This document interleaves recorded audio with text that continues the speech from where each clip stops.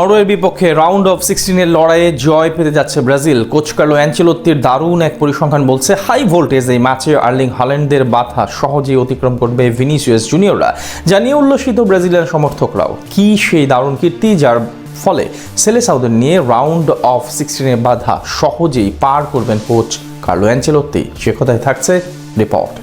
জমে উঠেছে চলমান বিশ্বকাপের লড়াই, যেখানে রাউন্ড অফ 32-তে জাপানের বিপক্ষে শ্বাসরুদ্ধকর লড়াইয়ে 2-1 গোলে জয়ের পর আত্মবিশ্বাসের তুঙ্গে রয়েছে সেলেসাওরা। এর ফলে রাউন্ড অফ 16 নিশ্চিত করেছে 5 বারের বিশ্ব চ্যাম্পিয়নরা, যেখানে কোচ কার্লো আনচেলোত্তি শিষ্যদের প্রতিপক্ষ আর্লিং হাল্যান্ড, মার্টিন ওডেগার্ডদের নরওয়ে। যেখানে রাউন্ড অফ 32-তে আইভরি কোস্টের বিপক্ষে 2-1 গোলে জয় পায় ইউরোপের এই দলটি। আগামী 5 জুলাই নিউ ইয়র্কের নিউ জার্সি স্টেডিয়ামে মুখোমুখি হবার কথা রয়েছে দল দুটির। তার আগে দল দুটির কোচ আনচেলোত্তি ও স্টল সোলবাকেনের মুখোমুখি পরিসংখ্যানে আলোড়ন তৈরি হয়েছে গোটা ফুটবল দুনিয়ায়, যেখানে এর আগে নিজেদের ম্যানেজেরিয়াল ক্যারিয়ারে 4 বার পরস্পরের মুখোমুখি হয় বর্ষিয়ান এই দুই কোচ, যার 3টিতে জয় পায় আনচেলোত্তির দল। অপর ম্যাচটি শেষ হয় অমীমাংসিতভাবে। আর এই দারুণ পরিসংখ্যানে আশায় বুক বাঁধতে শুরু করেছে ব্রাজিলিয়ান সমর্থকেরা। উল্লেখ্য যে এই দুই কোচ প্রথমবার মুখোমুখি হয় 2011 সালে উয়েফা চ্যাম্পিয়ন্স লিগের রাউন্ড অফ 16-এর লড়াইয়ে, যেখানে চেলসির ডাগ আউটে ছিলেন আনচেলোত্তি আর এফসি কোপেনহেগেনের দায়িত্বে ছিলেন সোলবাকেন। সেবার কোপেনহেগেনের ঘরের মাঠে প্রথম লেগে 2-0 গোলের জয় নিয়ে মাঠ ছাড়ে চেলসি। ফিরতি লেগে স্ট্যামফোর্ড ব্রিজে গোল শূন্য ড্রতে শেষ হয় এই দুই দলের লড়াই।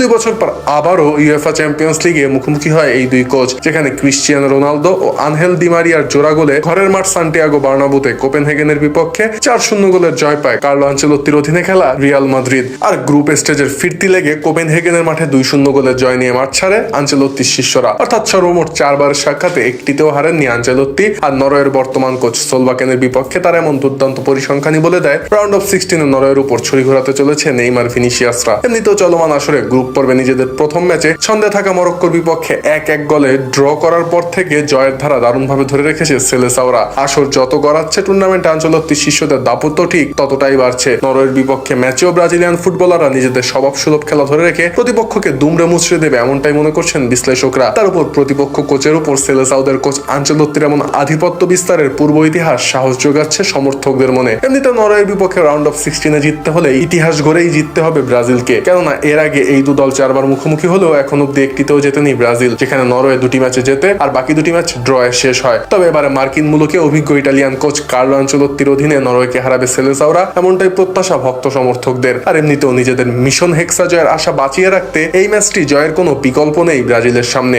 আগামী 5 জুলাই নিউ ইয়র্কের নিউ জার্সি স্টেডিয়ামে মুখোমুখি হবার কথা রয়েছে দল দুটির। গত 2 যুগ ধরে বিশ্বকাপে সোনালী ট্রফি উঁচিয়ে ধরার যে বাসনা ব্রাজিলিয়ান সমর্থকদের মনে ঘুরপাক খাচ্ছে, তা এবার বাস্তবে ধরা দেবে আনচেলোত্তির মাস্টার প্ল্যানে, এমনটা মনে করছেন বিশ্লেষকরা।